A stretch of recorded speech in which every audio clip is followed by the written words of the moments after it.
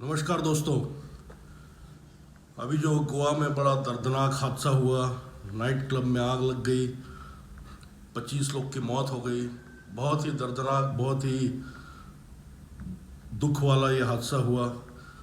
जो जो इसमें मरे, जिनकी जिनकी मौत हुई, उनके परिवार के साथ पूरी सहानुभूति है। लेकिन दोस्तों, ये कहीं भी हो सकता था। इंडिया में किसी भी नाइट क्लब में हो सकता था, और कहीं ना कहीं आगे और होगा, बिल्कुल होगा।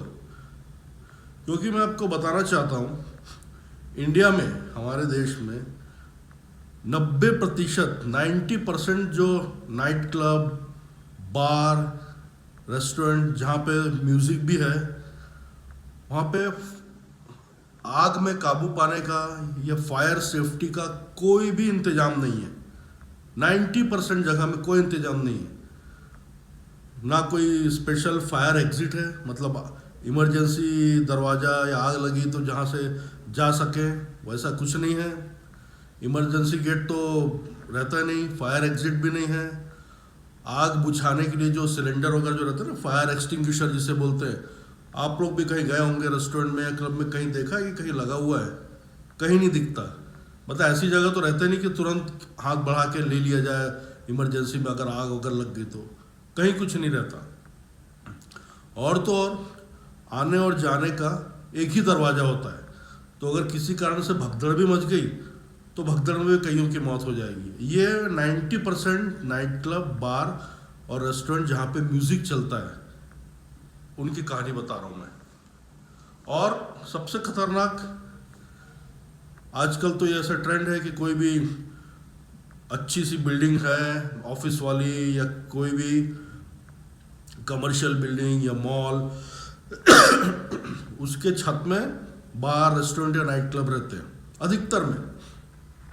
अब अगर रूफ टॉप बार, जो रेस्टोरेंट बोलते हैं, वो अगर रहेंगे, या तो जैसे आग लग गई, कुछ हादसा हुआ, तो आप जाओगे कहाँ? या तो जल के मरोगे या तो नीचे कूद के मरोगे।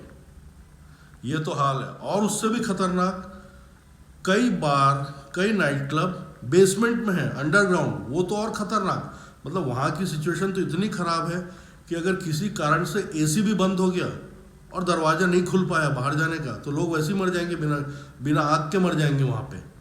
इतने बुरे हाल है। मतलब कोई इमरजेंसी एग्जिट तो छोड़ दो, आने जाने के लिए एक ही दरवाज़ा, वहीं से किचन का दरवाज़ा भी रहता है, बाजू में छोटा सा किचन भी रहता है, वहाँ तो सिलेंडर से आग लगी हुई रहती है, खाना पक रहा है, जो भी है, ये सब बेसमेंट में होता है। तो यहाँ पे एक्सीडेंट होगा कि नहीं होगा? बिल्कुल होगा। आज नहीं तो कल होने ही वाला है। और आजकल बड़ा सा ऐसा ट्रेंड हो गया, किसी भी नाइट क्लब या पार्टी में फायर गन चलाने का। मतलब ऐसे बंदूक जैसा रहता है, उसमें से चिंगारी निकलती है और लोग उसको उसमें जलाने में क्या मज़ा आता है, वो तो जो करते हैं उन्हीं को मालूम। लेकिन आप सोचिए, कोई ऐसी चीज़ जिसमें से आग निकल रही है, और बार में, नाइट क्लब में सब तरफ अल्कोहल है, शराब है, जो बिल्कुल कभी भी जल सकती है। ऐसी चीज़ें होंगी तो आग लगेगी लगेगी। इनफैक्ट जो गोवा वाला एक्सीडेंट हुआ है, उसमें भी कह ही रहे कि वो जो आग वाली गन थी, पायरो गन बोलते उसको, पायरो गन, उसी से आग लगी है, ऐसा बोल रहे हैं। अभी कंफर्म नहीं है। और कायदे से किसी भी नाइट क्लब, रेस्टोरेंट, बार में स्मोकिंग के लिए, सिगरेट वगैरह पीने के लिए अलग से जगह होनी चाहिए। लेकिन आपने कभी देखी अलग से स्मोकिंग की जगह? कितनी जगह देखी है? कोई अलग से जगह नहीं होती। लोग खुलेआम जहाँ चाहे वहाँ सिगरेट पीते हैं। डांस फ्लोर रहता है, जहाँ डांस चलता रहता है, लोग वहाँ पे भी सिगरेट पीते हैं। और आपको क्या लगता है, जो नशे में धुत है, वो धुत होने के बाद सिगरेट बुझाने के लिए एस्ट्रे ढूंढेगा? वो अपने आप को नहीं संभाल पा रहे, एस्ट्रे कहाँ से ढूंढेगा? वो पी के सिगरेट वहीं छोड़ देते हैं, पैर से बुझाते हैं, नहीं बुझाते हैं, बात अलग है। माफ़ कीजिएगा। सिगरेट जलती हुई छोड़ देते हैं, बुझी नहीं बुझी, आजू बाजू अल्कोहल पड़ा रहता है, कहीं भी आग लग सकती है, बिल्कुल लग सकती। तो ये तो हाल है। तो बहुत बुरा हुआ जो गोवा में हुआ, वो हमारे देश में किसी भी नाइट क्लब, किसी भी बार में हो सकता है, और आगे भी होने की पूरी आशंका है। 2017 में एक इंसिडेंट हुआ था मुंबई में, कमला मिल्स में। उसमें रूफटॉप रेस्टोरेंट था, कैफे था, उसमें आग लग गई थी। उसमें भी कुछ 12-14 लोग मर गए थे। उसके बाद से एक दो छोटे छोटे और हादसे हुए जो पब्लिक न्यूज़ में आए थे। उसके बाद अभी ये हुआ। तो मतलब ये चीज़ें होती रहती हैं, लेकिन इसका कभी परमानेंट सॉल्यूशन नहीं मिलता।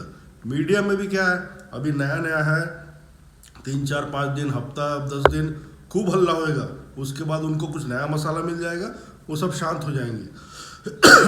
ज़्यादा से ज़्यादा मीडिया वाले क्या करेंगे, जाएंगे अपना कैमरा वैमरा लेके किसी दूसरे बार रेस्टोरेंट में, देखेंगे वहाँ पे फायर सिक्योरिटी का कोई इंतजाम नहीं है।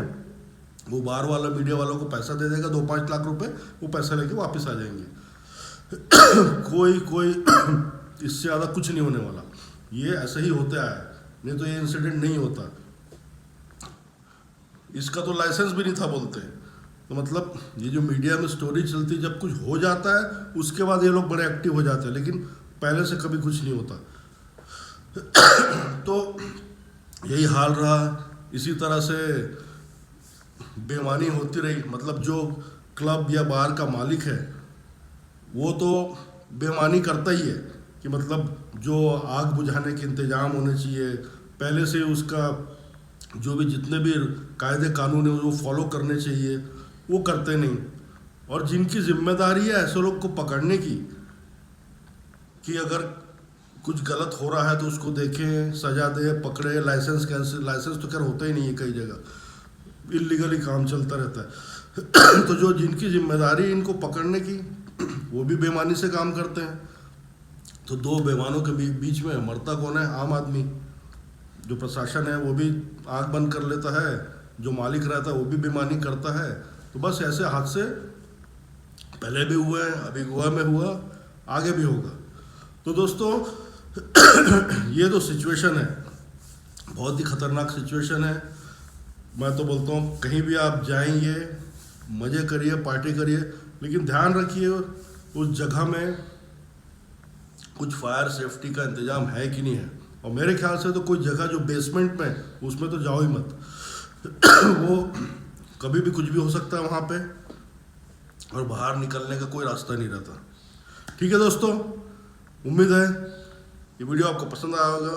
पसंद आया तो शेयर कीजिए ज़्यादा से ज़्यादा लोगों से। जल्दी मिलते हैं एक और वीडियो के साथ। Take care.